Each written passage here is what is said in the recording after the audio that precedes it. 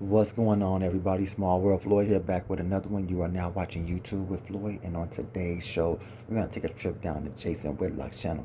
He's talking about the first WNBA couple of number one draft picks. The number one draft pick from last year and the number one draft pick from this year in the WNBA. AZ Fudd and Paige Buckner. I was kind of wondering myself, like, why did they pick AZ Fudd? Like, why did they pick her? I was like, maybe her looks, because I was like, she was nowhere near better than Olivia Miles, like, or even the big center from UCLA. So I was kind of thrilled by this. I was like, why did they pick her? But let's find out. Jason Whitlock got some information. Let's check him out. Very, very hard on me and on everybody. I, I, I've tried. I keep bending over. I keep trying to figure out ways to stay attached to the WNBA because of my Jason Whitlock, pause. You keep doing what? affinity for Caitlin Clark, but man, they make it hard, and they made it hard again last night. The WNBA is the first league in the history of professional sports that rearranged its draft so that at the top of the draft they could uh, link up, pair a same-sex couple with each other in Dallas. AZ Fudd, the swing player from Connecticut, no business being the number one overall pick. Man, She's not a horrible player. She's top. Man, that's exactly what I said. I was like, why did they pick her? That was like the first thing I said when she was the number one pick. I was like, and they kept showing her before they picked her. I was like, why they keep showing this girl? Like, I thought they was gonna be showing the center from UCLA. I thought they was gonna be showing Olivia Miles, a couple other girls too. From LSU, the rapper. What I can She fell all the way down to 8. I was like, what the hell? Fly J. I was like she was better than Fly J. Like I was like, why in the hell is she number one? 3, 4 pick. Everyone had her pegged to go 3 or 4 in this draft, but because the WNBA is a league that doesn't care about basketball and is only interested in agenda, AZ Fudd went number one overall because her girlfriend, Paige Beckers, wants to play with her in Dallas, and so Dallas drafted AZ Fudd. This makes no sense. There was a 6'7" woman from UCLA that just won a national championship. Oh my God, bro! I'll be right on the money, don't I? Don't I be right on the money? I just said, I don't know why the UCLA center didn't go number one. I don't know why Olivia Miles didn't go number one, and I don't know why Fly J didn't go over her. All three of them clearly were better than her. Clearly. That is a walking bucket, a matchup problem. Would have helped the Dallas Wings, would have been perfect to pair with someone like Paige Beckers, but that's not what they did. They went with AZ Fudd, who they dressed up on draft night like a slut, breast out everywhere, and glamorized. And she's the perfect couple for Paige Becker. You sound a little off right here, bro. Like breast out. What breast you see, bro? Like she has no body. She's another skinny, like Zendaya type, like really frail and thin. She needs to eat some meals to build some body. That was like all she is a face, and it's not that great. It's made up with a lot of makeup, like like but breasts out everywhere. What breast, bro? That's what she was wearing. Maybe she had a bra showing or something, but breasts, and she looked like she got a chest of a young boy. I don't see any breasts, my boy. Lesbian white woman they've been slamming down our throat in Woo. television commercials and trying to make her. There go my baby right there. I just hope she don't ever come out, as dating women. Wish I had the funds. I'll be in a DM. Like, let me take you on a couple trips. Bring the glove. Tell her to bring the glove. Cotty, bring the gloves. Man, she's bad. Look at them thighs, boy. Look at them thighs. The face of the league ahead of Caitlin Clark because she's lesbian, and now they've her girlfriend has been made the #1 pick in the draft. They spent the entire NCAA tournament shoving AZ Fudd down our throat in television commercials that made no sense because no one knows or knew who AZ Fudd is or was. Women's college basketball fell off a cliff this past season. No one cared. The biggest star was some 290-pound woman at Iowa State. No one wanted to watch that. It was a very boring women's college basketball season. 4 #1 seeds made it to the Final Four, and the biggest story from the Final Four was that the two Yeah, the women college basketball is horrible, but what you expect, you know? I mean, those teams were just getting blew out all year long. We were like, God damn, every time you turn to a team, it's just slaughtering the other team. Like, no competitiveness whatsoever. But that was pretty much basketball all year. I've seen a lot of that in men's college and a whole lot of that in the NBA. So, now the NBA is trying to pick it up. Now they want to play for real as the play-in starts. It's like, bro, y'all might as well just have a season that's just the play-in and the playoffs, just the playoffs period. It shouldn't even be a season. If y'all gonna be that boring, it's gonna be that many injuries, that many blowouts in the NBA. Just make it just the playoffs. Just everybody's battling to get in the playoffs. All 30 teams just battling to get in the playoffs. Not a long season. Just everybody matching up with each other, 1 through 15. You know what I'm saying? It had to be figure out a way to put all 30 teams in the playoffs. 7-game series, and just play it like that. That way you see a great game. It could be a season like that. It could be a season like that where it's just all 30 teams in the playoffs, and everybody playing their ass off. They all got a chance to get the ring. coaches Gino Auriemma and Don Staley got in a little fight or shouting match. That's how bad the basketball was this season in women's college basketball. But it doesn't, the quality of play doesn't matter in the WNBA. Only the agenda matters. That's why they're expanding the league, to expand the agenda and the reach of the agenda. It has nothing to do with demand for the quality of play. It has nothing to do with smart business. This is everything to do with the agenda. Everything the WNBA does is about being on message and being on agenda, and about promoting the LGBTQIA plus silent P alphabet mafia. And so if they have an opportunity at the top of their draft to have a love story featuring 2 of their young players, that's what they're going to do. It doesn't have to make strategic sense. It has to make narrative sense. And the narrative is that anything that disrupts the traditional American family is a positive. Woo-hoo.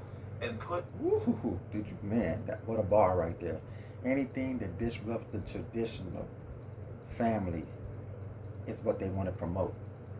Like 2 people that ain't gonna never create a damn thing but want to adopt something. Never gonna create nothing. Or one of them will get pregnant through a man's, going to one of them, getting the sperm donors, but not the way it's supposed to be. And that's so sad, the way the world is turning. Like, these girls are it's so sad, man, that everybody's like this now, man. Like, all the letters he named, that's the gang you gotta be in. If you want to become anything in life, you gotta join that gang. The letters gang. You gotta join the letters, scarlet letters. That's how you make it out here, man. Putting 2 young lesbian women front and center and being able to package them in commercials and to send out a message to your daughters, to your nieces, to your sisters, to your grandchildren, that, hey, if you want to be celebrated in this culture, get involved in the alphabet mafia agenda. Get involved in same-sex marriage, same-sex couples. Promote the agenda. and you too could be the next AZ Fudd or Paige Beckers. Many of you will hear this and think, oh, Whitlock, he just hates the gays, or he hates AZ Fudd or Paige Becker. I do not hate them at all. But I'm sick of the messaging. Parents should be sending messages to kids, not basketball leagues, not sports, not these type of sexual messaging has no business in sports. Manipulating the draft or making draft decisions based on, well, our shooting guard, she absolutely loves AZ Fudd, and they can share the same hotel room on the road. That'll save us money. What? This beautiful power couple, this promotion of this abomination.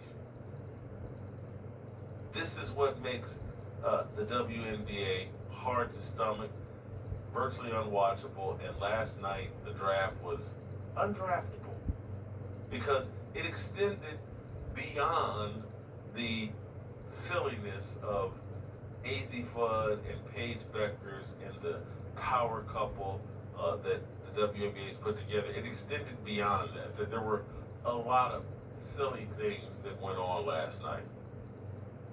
At the top of the list would be their commissioner, Kathy Engelbert. And again, they're always on message. What's the other part of the message? The feminist message. The I'm a victim message. The hey, they're not treating women fairly message. Here you are, the commissioner of the WNBA. A female reporter asked you a harmless question. A female reporter asked you a harmless question, sets it up by saying, hey, reporters just asked Adam Silver this same question. And Kathy Engelbert, the commissioner of the WNBA, played the feminist, the sexist card on a female reporter. You can't make this stuff up. Play the clip. With the New York Post, Adam Silver was asked last month about just your future as the commissioner of the WNBA, and he said he didn't know what you wanted to do. So I guess I'm just curious, like, how much do you want to stay the commissioner of the WNBA? How much longer do you anticipate to be in this role? Well, thank you, Maddie. I do crack up how everybody's focused on me, and you should be focused on the hundreds of amazing women and thousands of women who run this league outside of myself. Our women owners, our women board of governors, our women GMs and women head coaches, and my whole team of diverse women and men who are working hard every day to get the 30th season tipped off by May 8th. But I appreciate that you're focused on me as well. I wonder whether you would ask that of a man, by the way.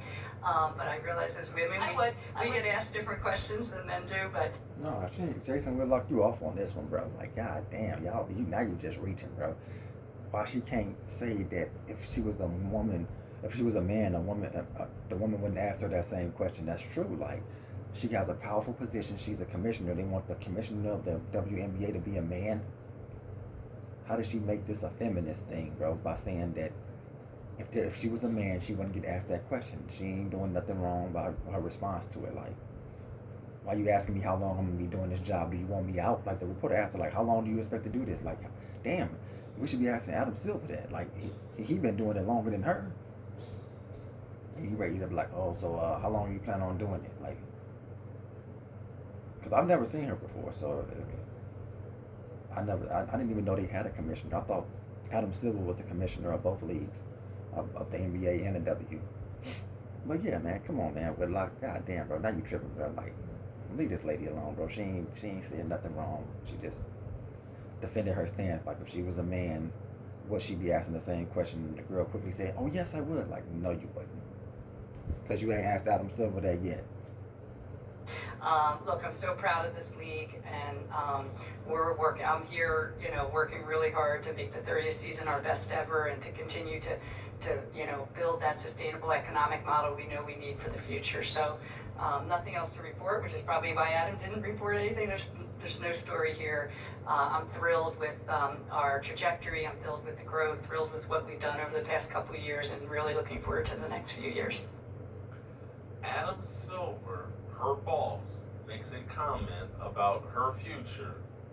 A female reporter asks a follow-up about that, and you're really playing the card. I doubt you would ask a man this question. This is a female reporter. The victimhood is inescapable.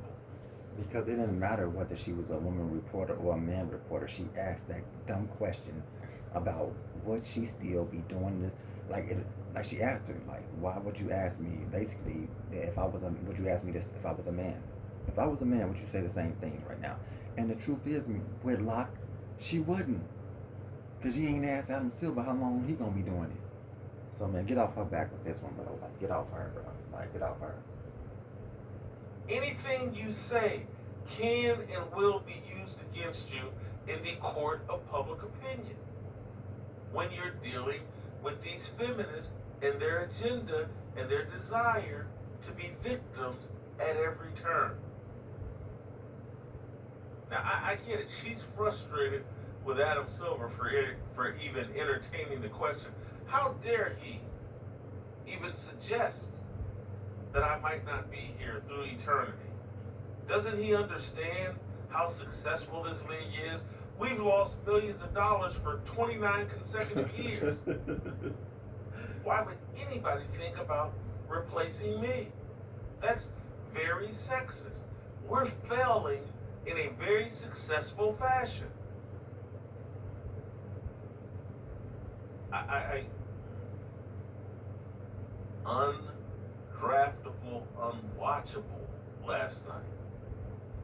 The victimhood just everywhere.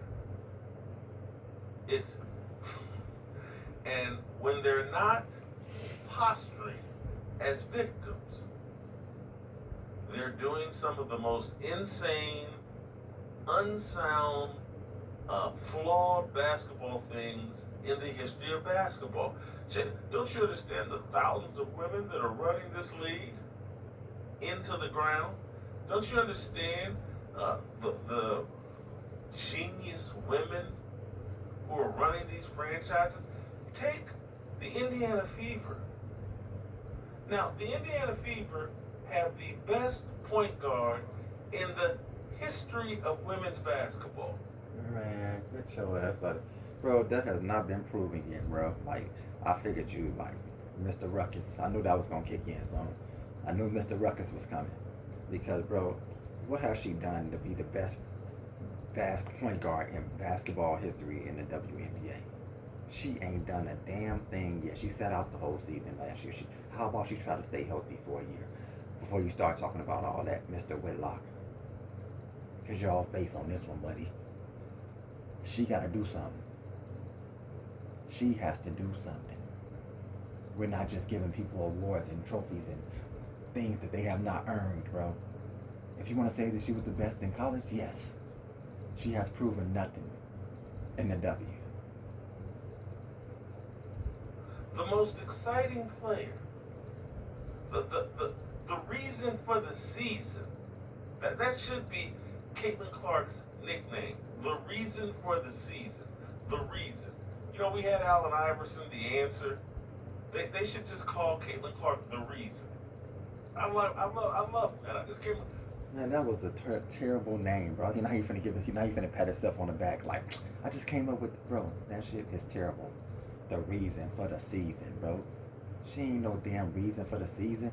Aja Wilson is the reason for the season, my man. You gotta knock. You can't be knocking the people that win, man. They trying to replace winners with colors, with race. Like, you trying to replace Aja Wilson with Caitlin, and Caitlin has done nothing. Aja Wilson is the reason for the season, my boy. Damn, I ain't know it was like this over here, Jason. I ain't know it was like that over here. The reason. She's the reason for the season. And you know what the Indiana Fever did last night? They say, oh, we got the reason for the season. We got the best point guard, the best women's player, the most exciting women's athlete in maybe an The best woman player, I could have sworn. The best player played for the Aces. I could have sworn the best player plays for the Aces. Last name Wilson? Last name Wilson? Oh, that song go. I could have sworn she played for the Aces. Yeah, I think her name is Aja Wilson, yeah. She's the reason for the season. She's the reason why I want to watch it. Because she's been proven to get it done. history of sports. The woman is driving TV contracts and ticket sales. But you know what? We need to, with the 10th pick in the draft, when we're trying to fill out a roster that's championship worthy, we should take a point guard, someone who plays Caitlin Clark's position. Caitlin Clark's what, like 23 years old? This isn't, oh, well, Caitlin Clark's the... Yeah, I didn't like this pick for them either because I feel like they got Mitchell. You know, I actually think Mitchell is better than Caitlin. Like what I see, like far as a scorer, Mitchell has been doing her thing. So Caitlin and Mitchell together they were settled. They were set down there. I thought they should have went big to go next to the other big they got, but they went with another guard, which was a bad pick. 32, and we better get someone to reduce the load on her. Let's take Raven Johnson out of South Carolina. This is insanity.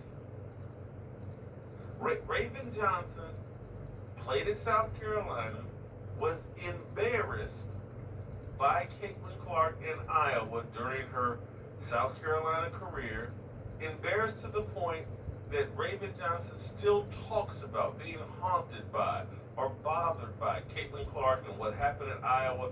If you remember, they're playing Iowa in the NCAA tournament, and Caitlin Clark basically waves her hand like, I'm not guarding you.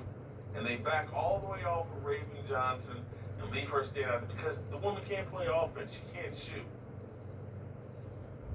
And she's been haunted by this. And halfway blames Caitlin Clark in Iowa for doing it because she got bullied online and harassed. Anyway, let's play the clip of Raven Johnson talking about how haunted she is by Caitlin Clark refusing to guard her. With Potbelly's Pick Your Pair, you choose from hundreds of pairs for whatever you're craving. Welcome to the new generation of web creation, where your vision and technology works as one, so you can create the way you think. Wix. Whether you're a professional contractor or simply take pride in handling your own home repairs and projects. All right, guys, live on ESPN at 5. This is it, the NBA playoffs. And then another adversity would probably be Caitlin Clark. Man, I was all over the internet. That's one reason I hate the internet now.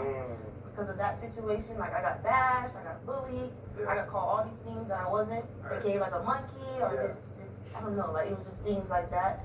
And I just think, I wanted to. See what comes with Caitlin? Jason? Yeah, a bunch of racist fans come with her. And you something up here talking about praising this white chick, bro, that's come with a bunch of racists come right along with her. Don't get me wrong, I like Caitlin Clark. She has some great game, but I don't know, bro, where you stand in this world, bro, Jason Whitlock. It's kind of weird to me, bro, on some things that you've been saying so far. To quit basketball at that time. And I wanted to just. Like, she was getting harassed so much, getting called all type of N-words and monkeys, that she was ready to quit basketball. And then now, thank God she's on the same team with Caitlin. Now she'll get those same racist people to cheer for her. But if she messes up, oh man, they're gonna let her have it. Go in this little bubble of isolation and just be by myself. And I think, I leaned on God. I had some wonderful teammates, wonderful people in my life, like I said, and they helped me find that light, and it put so much fuel to the fire to me to go back the next year. And we were undefeated and met that team again, and we beat him. So I think it was all God's plan. She's so haunted, she can't even say Iowa. We played Iowa again. We played Caitlin Clark. She ain't haunted, bro. That's just a racist experience that she experienced with them people, bro. She ain't haunted. Like, Caitlin ain't do nothing to haunt her. Like, bro, what are you talking about? Damn, he's ugly too. The hell are you talking about, bro? Man, Mr. Ruckus, he looked like he could play Mr. Ruckus too, bro. He looked just like Mr. Ruckus. Look at him. Look at him, Mr. Ruckus. He talking about a young black girl that's haunted by a white female. Like, that's what he gets off on. Oh, this young black girl is haunted. That she can't even say Caitlin Clark's team. Like, what? Doesn't even want to say her name. She's pretending. Going unguarded by Caitlin Clark is why people called her a monkey online. Do we really believe someone called her a monkey online? And look, maybe it did happen. I don't know. Bro, shit. Nah, bro. Now he talking about something. Do we really believe that somebody called? He know he get called names, but probably not because he's so on the white side that he probably don't get called monkeys by the whites because he look like he's a good boy for them. I know he wasn't the same guy that was talking about Stephen A. Smith being a good boy to his bosses. He should have stayed on ESPN with the way he talked. You're the same way. You're the same way, buddy. Who told you was any different? Like, you standing for black power and unity and all that. Nobody. You're just like Stephen A. Smith. Yeah, you. But I just don't think people were waiting. Oh, well, there's a point guard for South Carolina. I can't wait to call her a monkey. This is a fantasy world. They're bringing another delusional woman into the Indiana Fever locker room who will cause chaos. Anybody remember what happened last year? DeWanna Bonner, Natasha Howard, they joined the Indiana Fever and had decided that, hey, Caitlin, you don't need to be the best player on this team. We got this. DeWanna Bonner quit the team after about 4 or 5 games. Natasha Howard never really fit into a role. Some nights she was good, some nights she was terrible. Bro, what the hell are you talking about? Caitlin didn't even play last year, bro. She played a couple games. So why would they tell her that they got this? That they're the best players on the team when she's not playing? They're just playing, bro. They're playing for the team that they was on. And maybe they felt the energy there, which can be, a lot of white sheetish. They probably felt that energy over there. I'm like, I don't want to play with this team. Like, I feel like the team that has Caitlin should be a majority white players. Like, that's what that team should look like. Because they bash the big, tall black girl when she messes up with the colorful hair. She gets called all kind of names, and she's on the same damn team as her. So you're really not safe if you're black and you play with Caitlin or you play against Caitlin. Because she come with a bunch of those, those guys with the torches, and those women with the torches. Tiki. Luckily for Natasha Howard, Caitlin Clark ended up getting injured and didn't play that much. But they had chemistry problems from the outset. And so they go into this draft needing depth up front, probably needing another knockdown shooter. And they draft a point guard who... Yeah, man, I'm going to leave it right here with this guy because I don't know how much more this dude I could take for right now for this video. This is insane. Yeah. He was going somewhere with the AZ Fudd situation. And, but then he left that and went straight to, seemed like almost wanting to bash the blacks.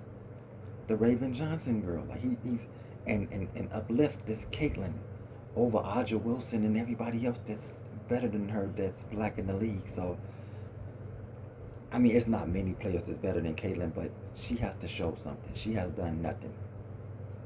She has done nothing. She needs to stay healthy. That's the first thing she needs to do before we start giving her all this praise. Play a full season. until then, Aja Wilson is the best player, and she wins the chips. So yeah.